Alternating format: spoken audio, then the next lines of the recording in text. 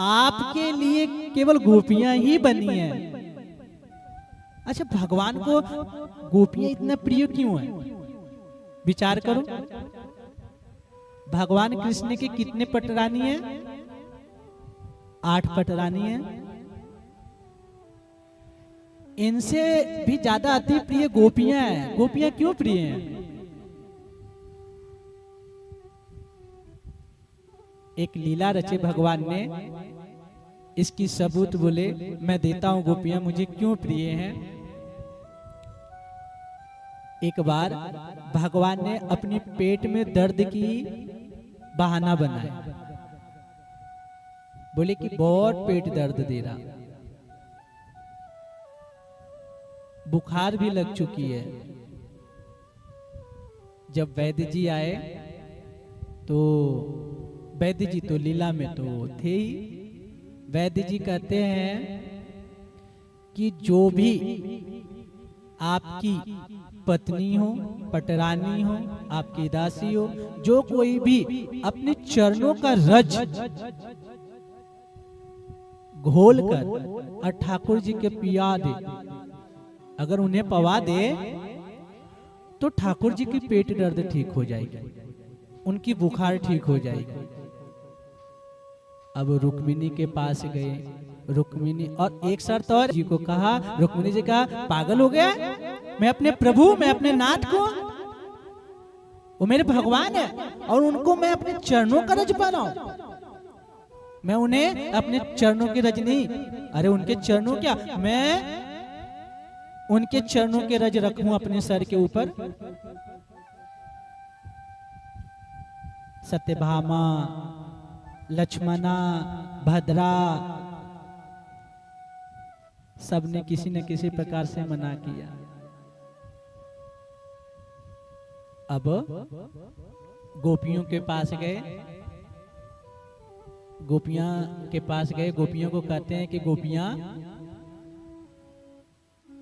भगवान को बहुत जोर से, बहुत जमकर भगवान के पेट में दर्द उठी है। वैद्य जी जो है ना, वो कह रहे हैं कि अगर तुम अपने चरणों के रज घोलकर पवा दोगी तो भगवान ठीक हो जाएंगे। गोपियां कह, हाँ गोपियां, अगर जो गोपियां पवाओगी ना उसे नरक की यातना भोगना पड़ेगा। गोपियां सब के सब तैयार हो गए। बोले नरक, एक नरक क्या, मैं अपने ठाकुर के लिए, मैं अपने श्याम सुंदर, अपने मोहन के लिए, अपने कन्वा के लिए तो मैं हजारों बार नरक में गिरने के लिए तैयार हूं, लेकिन मेरे श्याम सुंदर किसी न किसी प्रकार से ठीक हो जाए। ये गोपियां का भाव था। इसीलिए प्रभु को बहुत प्यारा भगवान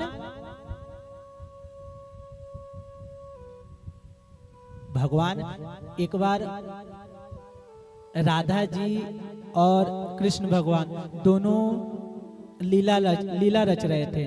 बोले कि ऐसा कर, तू रुसे मैं मनाऊं, मैं रुसूं तू मना।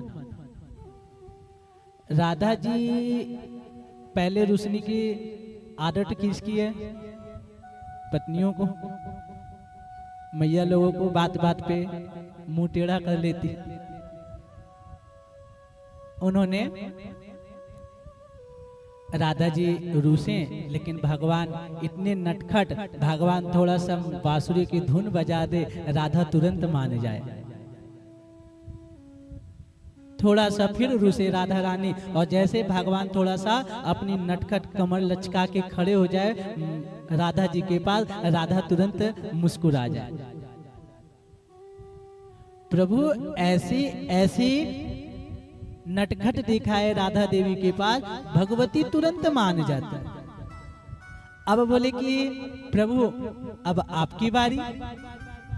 भगवान कहते हैं कि मैं तो रुसता नहीं, मैं तो नाराज होता नहीं, लेकिन रुसूंगा तो मानूंगा नहीं। राधा रानी कहे कि ये तो खेल कैसे होगा पूरा, खेल तो खेल है। और एक बात कहूं, पहले के रूसने के लिए कुछ जवाब देने की जरूरत नहीं रहता। मैं तुमसे नाराज हूं, मैं तुमसे बातें नहीं करूंगा, तुमने ऐसे बोले थे मेरे को, पहले ऐसे नहीं चलता था, कोप भवन होती थी। अगर किसी को क्रोध आया, बात विचार नहीं करना है, तो कोप भवन में जाकर बैठ जाते थे। अब कोप भवन में बैठ गई ना, तो सामने वाला समझ गया कि मामला गड़बड़ है। भगवान भी एक बार नाराज हुए और लीलावश वो भी रुसे हुए हैं भगवान राधा रानी से। अब राधा रानी कितने भी कर्तव्य दिखाए, कितने भी कुछ करे, भगवान रिझे ही ना। 2 दिन हो गया, 4 दिन हो गया, भगवान रिझे नहीं। अब रिझे ना तो राधा रानी को तो ऐसी हालत हो गई कि राधा रानी ना तो भोजन दिखे, ना तो नींद दुखे, और तुम्हारी एक कान की बाली कहीं गलती से छुप जाए और मिले ना तो रात की नींद तक के गायब हो जाती है। कहाँ गई थी, पता नहीं किसने ले लिया, क्या हुआ। कुछ धन हमारे हाथों से लूट जाती है तो हमें कैसी चिंता हो जाती है। राधा रानी ऐसे तड़पने लगी। एक बार राधा रानी जो है ना, जमुना किनारे जाकर बैठ गई। अब जमुना किनारे जाकर बैठी, जमुना महारानी वहीं पे बह रही थी और राधा रानी के आंखों से एक बूंद आंसू टपक गया प्रभु की याद में। और एक बूंद जैसे आंसू टपका ना, तो वहां पे जमुना महारानी प्रकट हो गए। जमुना महारानी कहती है, श्री जी आप यहाँ पे? राधा जी श्री जी कहती ना, राधा रानी कहती है, क्या बताऊं जमुना। अरे सखी, प्रभु ने लीला वस्तु हमसे रूस गए और अभी तक के रुष्ट उनका समाप्त नहीं हुआ।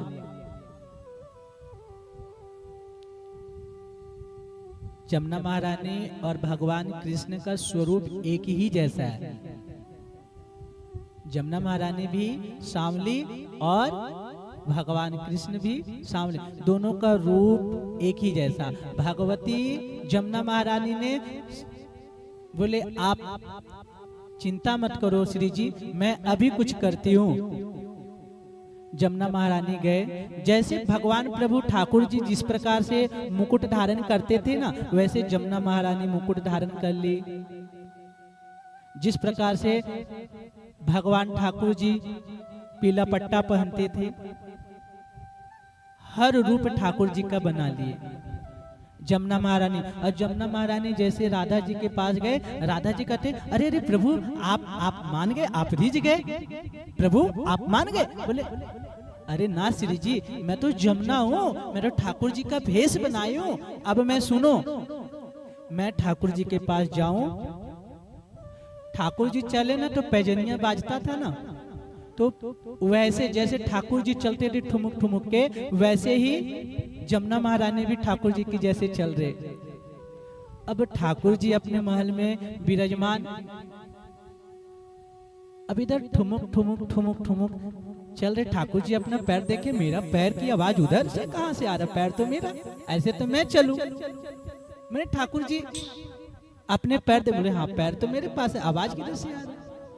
अब इधर से ठाकुर जी के स्वरूप में जमुना महारानी वहां पे खड़ी हो गई। और जमुना महारानी खड़ी हो गई तो जमुना महारानी कहती है, तुम कौन हो? ठाकुर जी कहते, अरे मेरा महल, मेरा घर, मेरे पूरी संसार, और तुम ही बोल रहे मैं कौन? तू पैर पे। बोले ना श्री जी,